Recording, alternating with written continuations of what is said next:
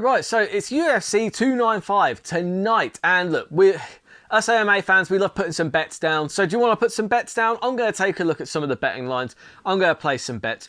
They're all terrible. I want to know what you're betting on. Like, let me know in the comments. What are you betting on? I like to see people's accumulators come in. It's all good fun. I like celebrating people's wins. I like the near misses as well. Like sometimes, I missed out by one.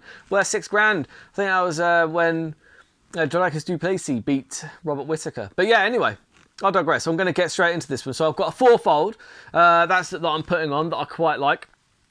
So you've got Nassim Sadikov.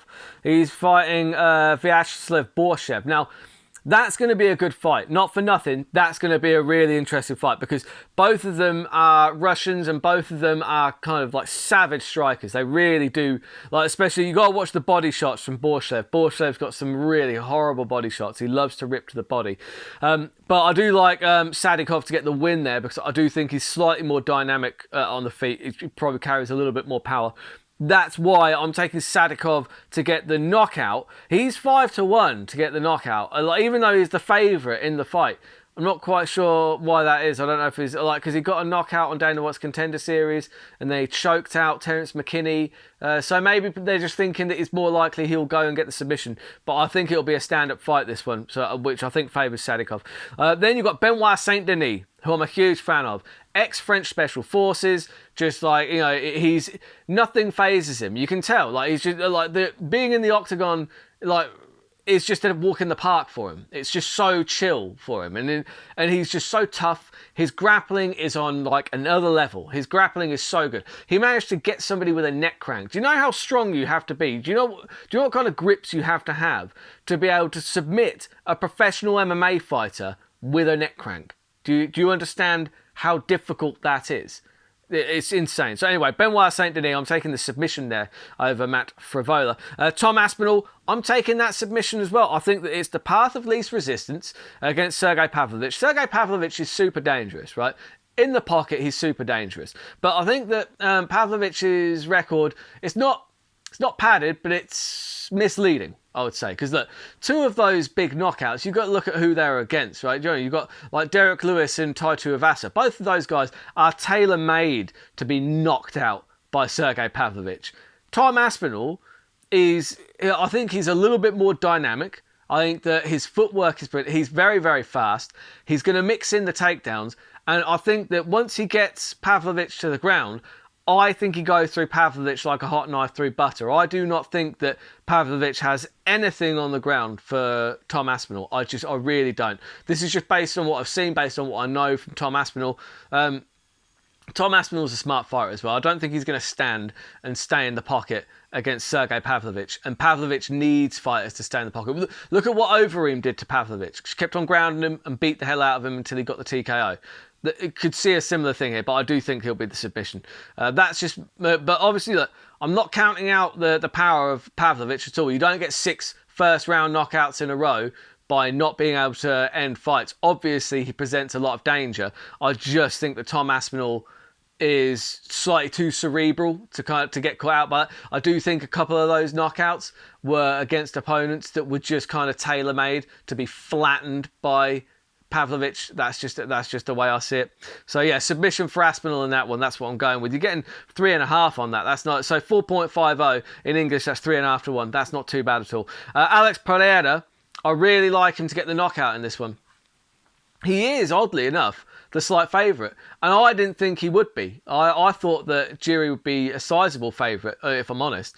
But look, I think the problem I have with Jiri's style against Pereira is that he leaves his chin exposed an awful lot. Look at the fight against Reyes. Yeah, he battered Reyes in the end, but he was leaving his chin wide open. He left his chin open quite a lot against Glover Teixeira, and you got to remember that until he got into that dogfight in the final round and ended up getting that submission, I mean, it's arguable. I don't think Jiri was winning that fight against Glover Teixeira.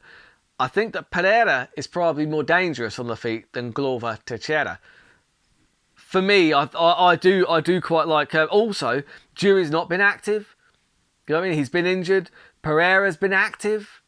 That all of that will play a factor, and I think Jiri's chin is there to be found. And if Pereira finds that chin, he's putting you out. It's just happening.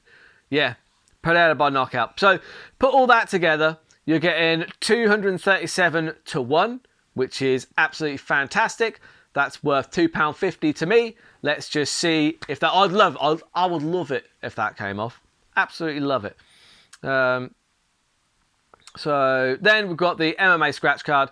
MMA scratch card, I'm going to go with... basically, this is just... What I like to do is just bet on every fight, win-loss, down the card, and just see how they turn. And just it's like a scratch card, except you get to see people punch each other in the face as it goes off.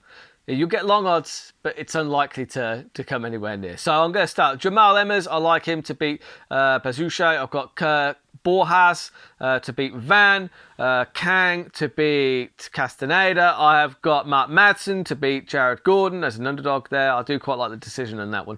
Sadikov against Borshev. I like Sadikov in that one. Rebeski against Roosevelt. That's clear for Rebeski, I think. Tabitha Ricci. I'll never bet against Tabitha Ricci, even though she's an underdog. I'll never bet against her. Urseg to beat Costa. I've got Lopez to beat Sabatini. I have Benoit Saint Denis to beat Frivola. Jessica Andrade, I actually like her to beat Mackenzie Dern. I do. I know that sounds crazy on Andrade's current form, but I don't think that Mackenzie has the stand-up to worry Jessica Andrade, and I think that she might try and play that game. I think that'll be a mistake. I like Tom Aspinall to beat Sergey Pavlovich, and I like Pereira to beat Shirley Prochaska. So for me, that is 3,945 to 1.